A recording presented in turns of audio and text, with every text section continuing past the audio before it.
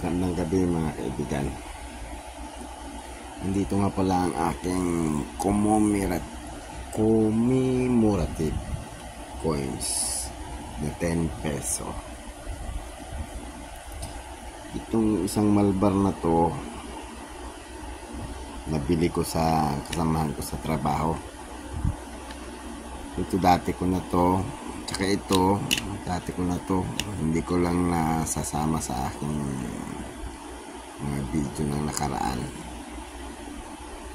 Pero bago ko lang dinahan to, mga 2 months ago, ang malbar na to.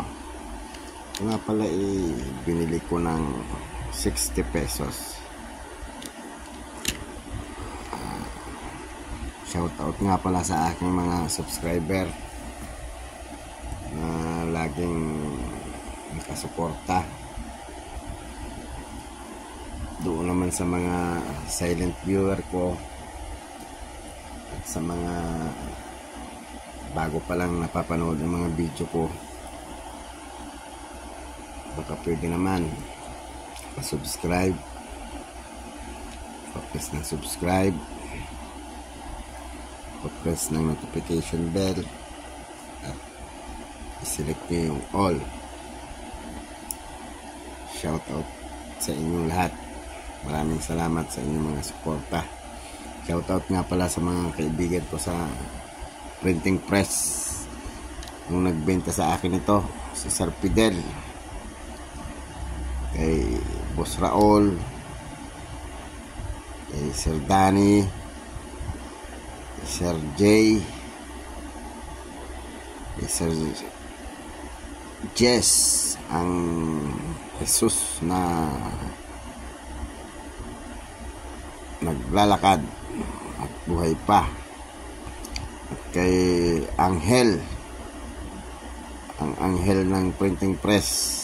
Shout out sa inyo lahat dyan. Ito nga pala binili ko ng 60 pesos. 60 pesos lang ang bili ko sa kanya kasi ano siya, circulated, tsaka may mga damage, yung gilid niya. Ito, tsaka medyo gasgasin siya. Nilinis ko na nga lang, malinis na to kaysa dun kanina sa nasa short video ko. Ito yung nasa short video ko kanina, hindi ko pa nalilinis mga kaibigan. Pero maganda pa rin naman kasi yun nga, may mga magasgasan na siya, may yupi ang gilid, kaya binili ko lang siya ng 60 pesos. Pero kung ito'y kagaya nito, ayan o,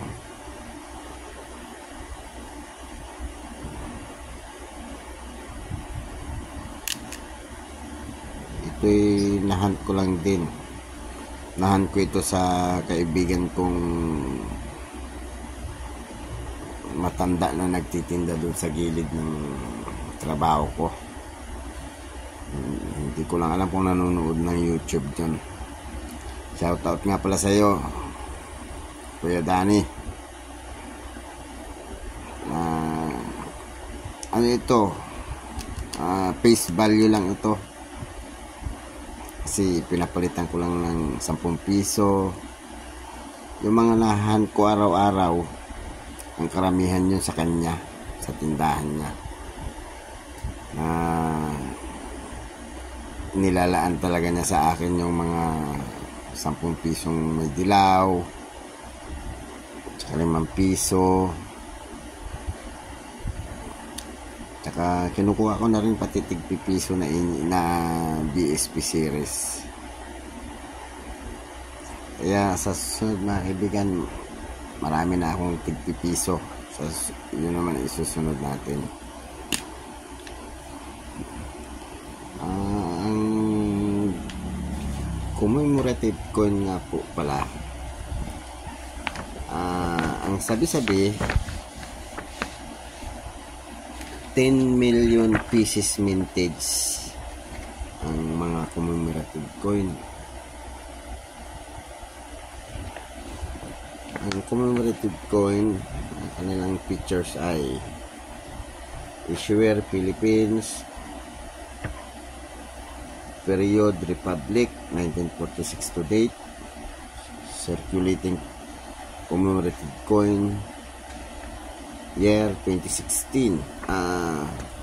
Saan ito? Juan Luna.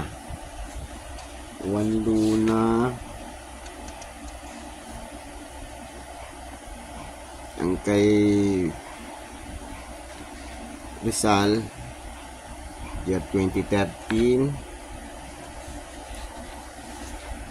Ang kay Apolinario Mabini ay 2014. Yun ang wala pa ako, ang Apolinario Mabini. Ang kay Malbar ay 2015. Ito ang kay Juan Luna ay 2016. Pero pare-parehas lang naman sila ng value, 10 peso, currency peso, 1967 to date. Composition by metallic, aluminum bronze, center in copper nickel ring. Pare-parehas lang sila ng timbang, 8.7, diameter 26.5, thickness 2.2, shape round, thickness meld, orientation, medal alignment, number. Doon lang ata sila nagkakaiba sa number. Ang kay Juan Luna ay 130125. Ang kay Malbar ay 81193. Ang kay Mabini ay 69959. Ang panghuli ay kay Andres Bonifacio pala, hindi pala Rizal. Andres Bonifacio ay 53693. Pero magkakaiba din sila ng presyo, mga kaibigan. Ang kay Juan Luna ay meron siyang very fine 20 pesos, extra fine 80, almost uncirculated 80, at saka uncirculated ay 150. Ang kay Malbar naman, kagaya ng sinabi ko kanina, na siya ay circulated. Ang nandito kay Malbar ay ang very fine 71, extra fine 71, almost uncirculated 110, 120 ang kanyang uncirculated. Yan nga kanina madumi at may yupi-yupi pa siya, kaya prensyoan ko siya ng 60 para hindi din naman lugi yung binilhan ko. Kasi malulugi din naman ako kung ipaparehas ko sa very fine, extra fine, mga kaibigan. Kaya okay na rin yun, dahil kaibigan ko rin naman siya. Ang kay Apolinario Mabini naman na wala ako, ang kanyang very fine ay 46, extra fine niya 78, almost uncirculated 87, 120 ang uncirculated na. Kay Andres Bonifacio naman ay 52 ang very fine niya, ang extra fine 55, ang almost uncirculated 91, 120 ang uncirculated.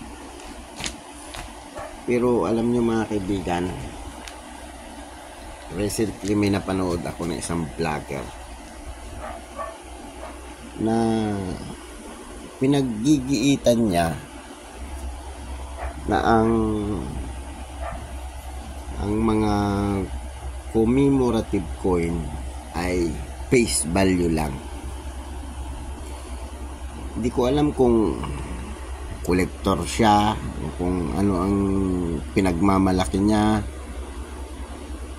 na pinagigiitan niya, nagagalit pa nga siya sa mga subscriber niya na nagko-comment sa video niya na makukulit daw yung mga subscriber niya, na tinatanong kung magkano ang presyo, na nakalagay pa dun sa kanyang, may picture siyang pinakita sa video na ang kukulit nyo,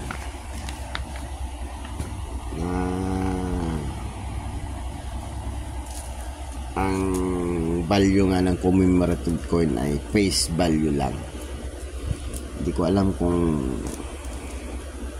nagyayabang na siya dahil marami na siyang subscriber o talagang mayabang lang siya.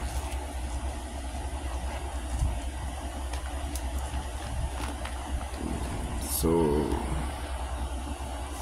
yun na muna mga kaibigan. Maraming salamat doon sa mga hindi pa nakakapag-subscribe. Subscribe naman, pa-press na subscribe, pa-press na notification bell at i-select nyo yung all. Maraming salamat mga kaibigan.